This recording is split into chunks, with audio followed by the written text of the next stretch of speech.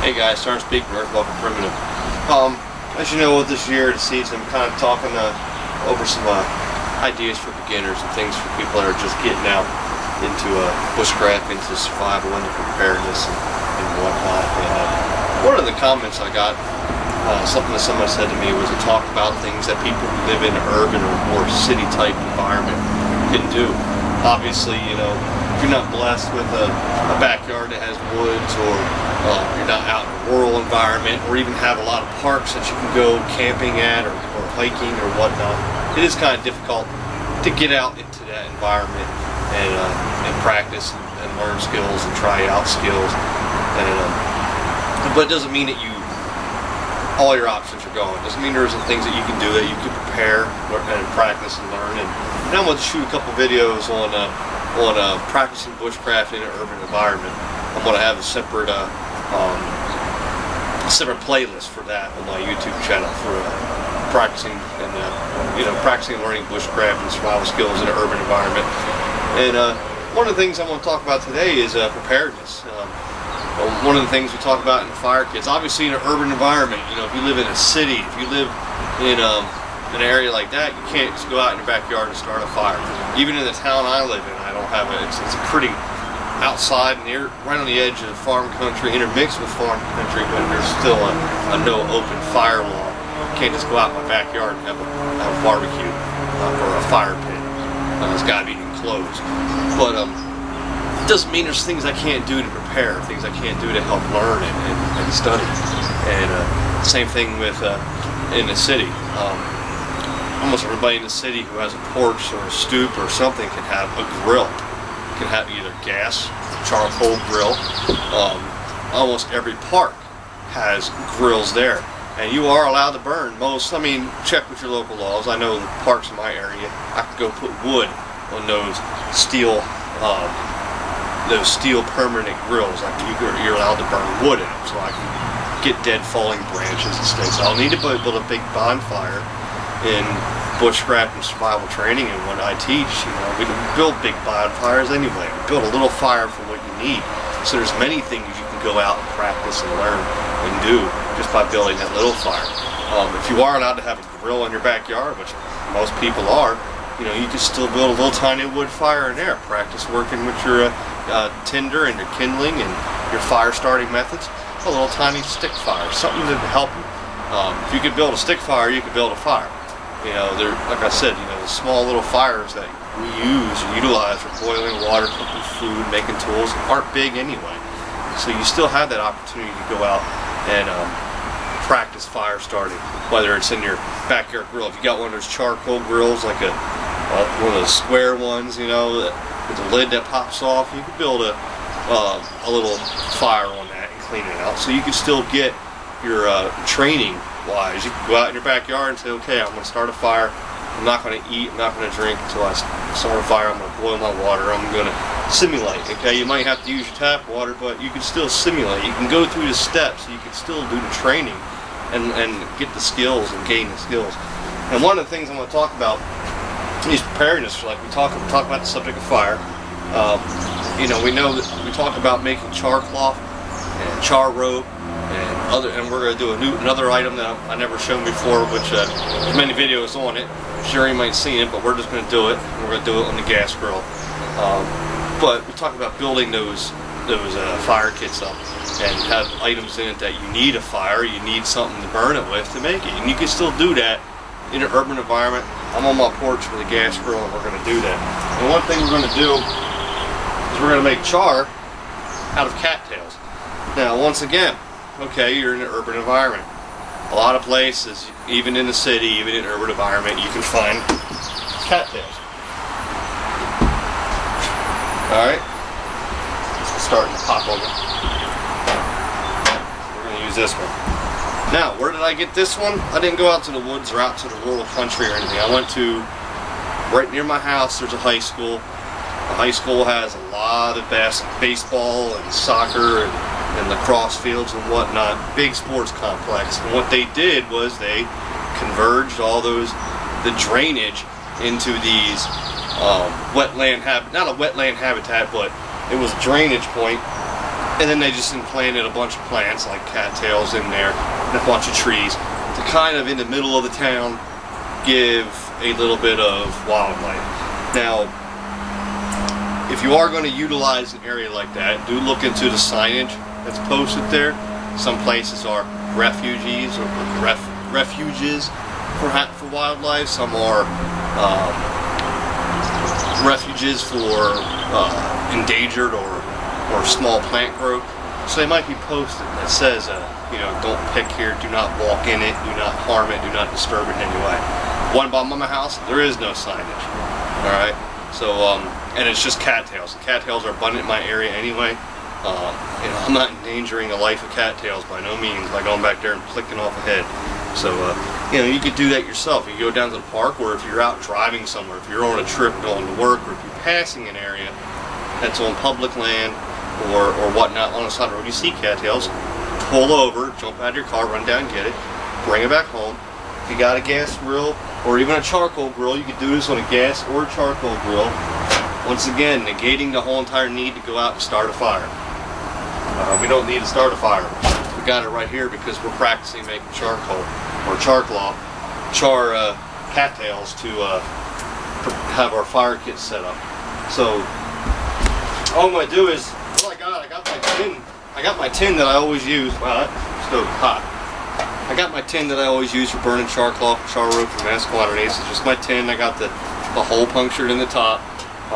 Basically, if you never watched a video on char cloth or any making any char, what you're doing is you're going to take an item, an all-natural item, whether it's 100% cotton t-shirt or 100% cotton material, 100% denim material, jute twine, natural cordage, punk wood you can do it with, and we're doing dried heads of cattails today. What you're doing is you're cooking that you're burning it without oxygen. You're going to put it in this airtight container. The airtight container is going to have a hole puncture in the top. That hole is not to allow oxygen in, but to allow the gas to come out. As the heat burns this, it's going to burn it without oxygen, so it can't catch on fire. It's just going to char it. It's going to turn it into charcoal. That's basically what's going to happen. All the gases and everything are going to escape. And now what you have, when it's done, and I'll show you and we'll demonstrate it, you'll have an item that you can keep in your kit that'll take a spark very easily and be able to help you start a fire. Be able to use that spark, which you turn into a burning ember with the char, and you can put that into a bird's nest and blow it into a fire. So, all I'm going to do is I'm going to take these heads of the cattail, I'm going to cut them into sections so they fit into this tin. I'm not going to pack it in airtight. You don't want to pack it in airtight, even when you do this with like a cotton t-shirt. Even if you do it with a cotton t-shirt, cut up into squares, you pack it airtight, it's not going to allow all that heat and everything to get around to it, and it's going to, you know, not cook everything. But we just got that one cattail, it fit in there nicely, cut up into chunks. We're going to close that up. Once again, got the hole on the top. Now I'm just going to open up my grill, throw it in there, close it, and I'm going to let it go for maybe 10-15 minutes or so, and then it'll do its job. It'll do it on its own. And right now I'm in an urban environment on a porch of my house, practicing and building part of my kit. And so we'll be back once this gets done.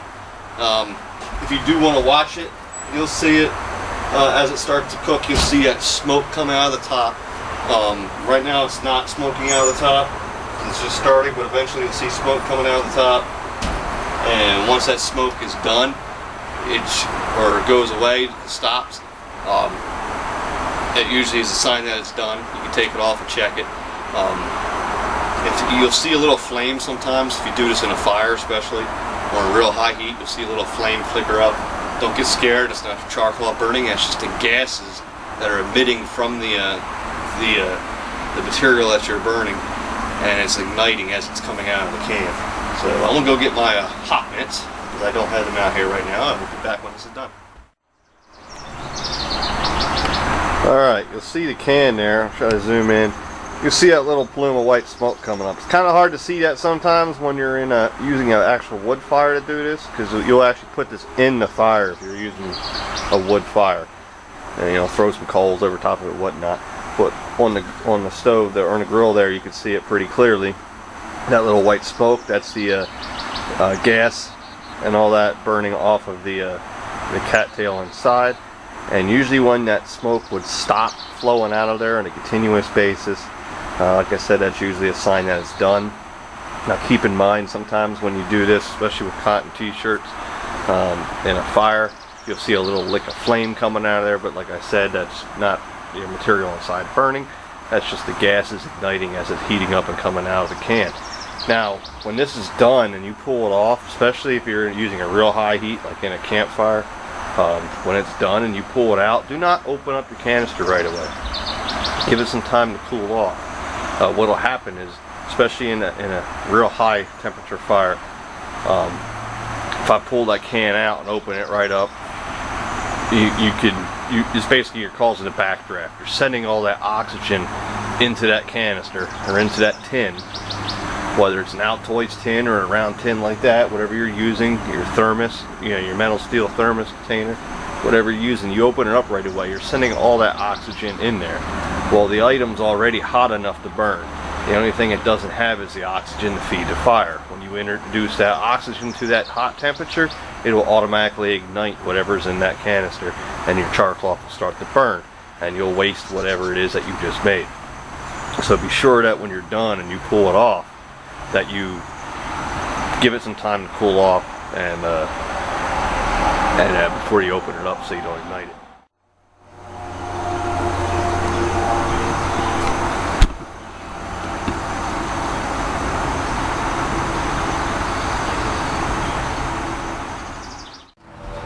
Okay, so I got the char cotton or char cattail off the grill now and cooled down a bit.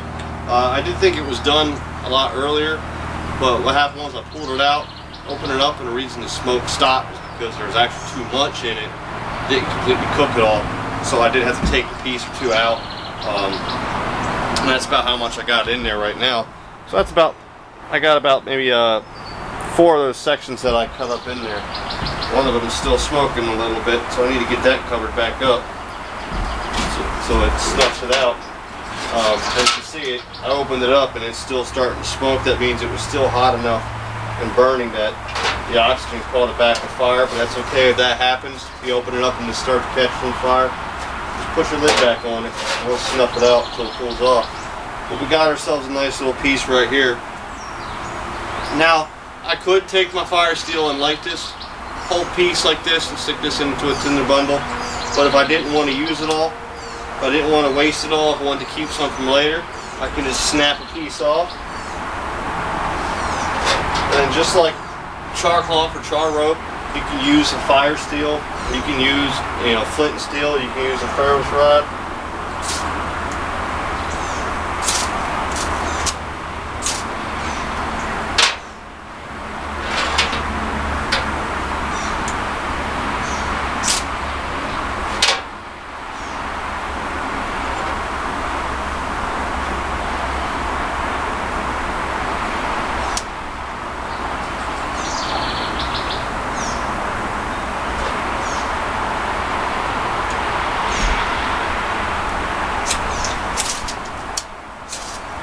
Go. A while to hit the thing. Now you'll see that it'll sit there and smolder just like char cloth would, and it gets pretty hot. Burns a little bit longer, it lasts a little bit longer than char cloth, but you do gotta blow on it considerably. Whew, it gets hot too. Little chunk got hot, but let's hit this one with a spark. I hit this one with a spark and it's been sitting there smoldering.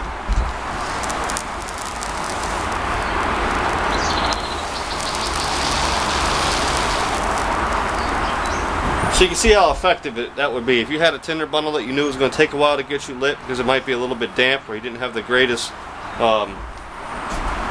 you didn't have the most ideal tinder bundle made, bird's nest made. You use that char cloth, you got that char cattail, you got something that's going to burn for a little bit, considerable amount of time. It does burn and smolder pretty hot. So out there was just a demonstration on how to make char cattail, but it was also, like I said, a demonstration on how even in an urban environment you can still be getting out, practicing skills, learning skills, and preparing your kit for a survival situation or for a bushcraft trip, a camping trip or whatnot out in the woods. So I'm Sergeant Speakman. Hope you enjoyed the video. Thank you.